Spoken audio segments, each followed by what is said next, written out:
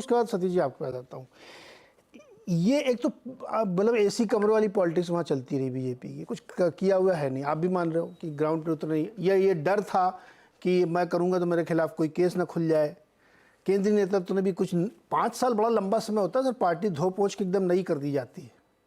वहाँ कुछ नहीं हुआ, सब वैसे ही चल रहा है। चौधरी जी को भेजा भी, बेचारे भी एकदम नए नए पहुँचे हैं, क्या करेंगे वहाँ पे। दूसरा ये कि एक जैसे एक आरोप ने एक बात कही जाती है राजनीतिक बदकही में कि भ्रष्टाचार कोई मुद्दा नहीं है और महंगाई कोई मुद्दा नहीं, बेरोजगार कोई मुद्दा नहीं है। बट अगर आप डीप रिसर्च करिए ना तो आपको समझ में आएगा कि इशू क्या था। जैसे भ्रष्टाचार के मुद्दे पे यूपीए 2 सरकार गिरी थी केंद्र में, ऐसा बड़े बड़े पिक्चर में लोग बताते हैं। मुझे लगता है कि शायद वो एक बहुत शैलो एनालिसिस है, वो पॉलिसी पैरालिसिस की सरकार गिरी थी। अगर आप डीप रिसर्च करेंगे तो मैं तथ्यों से प्रूव कर दूंगा इसको। वैसे ही प्याज पे सुषमा स्वराज की सरकार गिर गई थी, प्याज पे नहीं गिरी थी सर, वो दूसरे रीजन थे, तब मैं दिल्ली में ही पढ़ता था। लेकिन खैर शिरीष, ये महादेव अब तो हमको नहीं लगता कि एकदम 24 घंटे पहले कुछ लगाया तो वर्क कर देगा। ग्राउंड पे क्या वर्क कर रहा है? जो आप कह रहे हो कि गेम पलट रहा है, तो क्या वर्क क्या कर रहा है उनके खिलाफ? या किस्मत से बोर हो गए हम बुघेल जी से, तो इसलिए अब बदल लाते हैं, चलो क्या काम कर रहा है? देखिए नीरज जी, ये जिन मुद्दों की बात की जा रही है, चाहे पीएससी में अपने लोगों को सिलेक्शन को लेकर एक बड़ा मुद्दा बनाया बीजेपी ने, प्रधानमंत्री आवास को लेकर एक बड़ा मुद्दा बनाया बीजेपी ने, और बस्तर में खासतौर पर नारायणपुर में धर्मांतरण को एक बड़ा मुद्दा बनाया, कवर्धा में सांप्रदायिक हिंसा को एक मुद्दा बनाया, बीरनपुर में भी। लेकिन क्या है कि कांग्रेस के जिन 22 विधायकों की टिकट कटी है, उसमें से कुछ विधायक ऐसे थे जो जीतने की स्थिति में थे, उनका परफॉर्मेंस अच्छा था, बड़े लंबे अंतराल से जीते थे वो। लेकिन कांग्रेस की इनफाइटिंग और उन विधायकों के अलग अलग स्तर पर जो संलग्नीकरण था अलग अलग लोगों से, वो ऐसे ग्रुप के रूप में आइडेंटिफाई हो गए जिनसे कांग्रेसी बहुत ज्यादा इत्तेफाक नहीं रखती थी। और मुख्यमंत्री जी का अपना एक जो ग्रुप था, उससे जो चीजें चलती थी वो बाकी लोगों के साथ तालमेल में नहीं होती थी। और यहाँ पर प्रशासनिक अधिकारियों के जो लगातार तबादले हुए, और जो जो घटनाक्रम अलग अलग जिलों में, हर जिले की अलग कहानी है, हर इलाके का अलग एक राजनीतिक समीकरण है, जिसने कांग्रेस को अंदर से धीरे धीरे ऐसा खोखला किया। मेरा ऐसा मानना है, बाकी लोग सहमत नहीं हो सकते क्योंकि वो दिल्ली बैठते हैं और उनके सोर्स अलग होंगे। हमारे पास जो बात होती है, हम खुद जाते हैं और लगातार 23 साल छत्तीसगढ़ में, तो कांग्रेस में भूपेश बघेल लगभग उस स्थिति में पहुंच गए जिस स्थिति में अजीत जोगी 2000 से 2003 के बीच में पहुंच गए थे, जहां पर सारी चीजें उन पर सेंट्रिक हो गई और बाकी लोग जो थे वो इस पूरी चीज में तमाशा देखने वाली स्थिति के लिए रुके हुए थे। तो अब कांग्रेस में जो बाकी ग्रुप है, चाहे टीएस सिंहदेव की बात करें, चाहे चरणदास महंत की बात करें, चाहे हम अमितेश शुक्ला की बात करें, चाहे सत्यनारायण शर्मा की बात करें, अलग अलग इलाके में अलग अलग नेता है। और सबसे ज्यादा जो खास तौर पर देखने में आया कि सबसे ज्यादा लोगों ने कांग्रेस छोड़ी और इस पीरियड में सबसे ज्यादा बीजेपी को लोगों ने ज्वाइन किया। ये एक अपने आप में बहुत सोचने वाली बात थी। मेरे को भी समझ में नहीं आता कि ऐसा हो क्यों रहा है कि लोग भारतीय जनता पार्टी को ज्वाइन कर रहे हैं, कांग्रेस में क्यों नहीं जा रहे।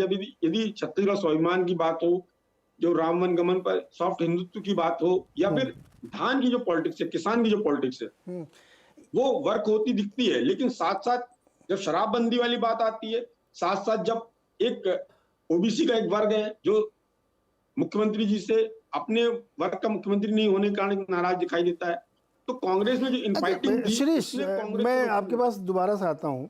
बहुत एक वन लाइन जवाब चाहिए, फिर मैं सतीश जी पर फिर आता हूँ।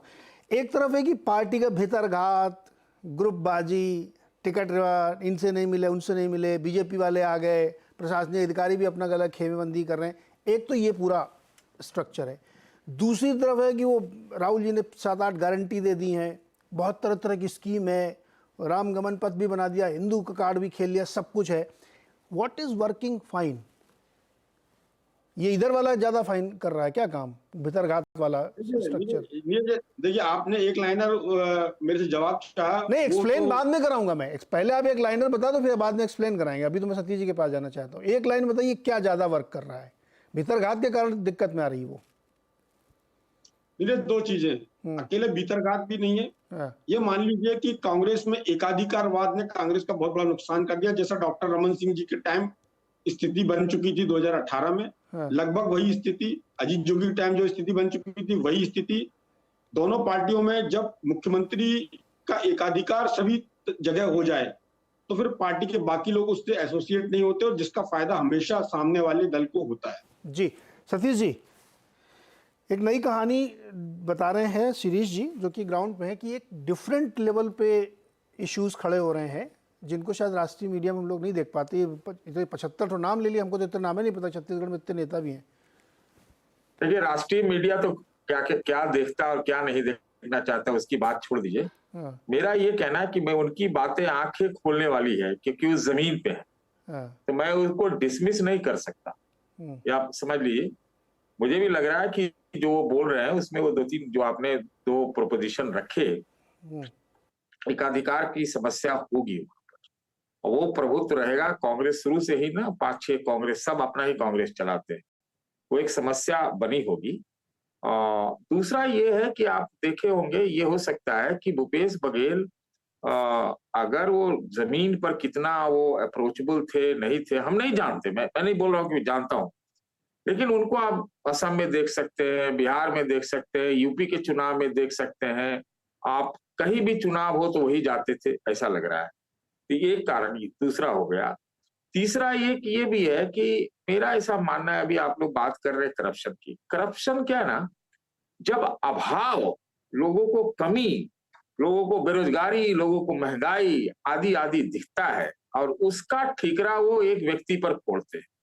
अब वो एक व्यक्ति यहाँ बघेल होंगे, ये कि प्रधानमंत्री मोदी जी की सरकार, ये एक बहुत बड़ा फैसला करने वाली चीज होगी। इसलिए मैंने कहा कि जो एंटी इनकम्बेंसी एमएलएस के खिलाफ होती है, जनरली हमने देखा है 55-50% हार ही जाते, तो या तो आप सीट बदल देते हो उनकी या फिर टिकट काट देते हो, ये सब मसला होगा। लेकिन हाँ, एक बात जरूर है कि वो भाई साहब जो बोल रहे हैं उनकी बातों से लगता है कि फिर ये अगर रिजल्ट छत्तीसगढ़ से आ रहा है तो मुझे नहीं लगता कि ये 5 राज्य जो है, जिसे 5-6 जगह जो चुनाव हो रहे हैं, वहां पर कहीं भी कांग्रेस का कोई चांस होगा, मुझे नहीं लगता। फिर ये अगर रिजल्ट छत्तीसगढ़ से आ रहा है तो, और ये एक कांग्रेस के लिए समझिए कि एक मतलब समझिए कि आजकल भूकंप भी छोटे बड़े आ रहे हैं, बहुत बड़ा भूकंप हो जाएगा। मतलब छत्तीसगढ़ में मान लिया उलट फेरोगे तो बाकी मध्य प्रदेश वही हो जाएगा क्या? आप ये कह रहे हैं? मैं मध्य प्रदेश में भी बहुत, आप अगर पूछ रहे हैं तो मैं बता देता हूँ। हाँ, मध्य प्रदेश में बहुत क्लोज चुनाव है, बहुत क्लोज चुनाव।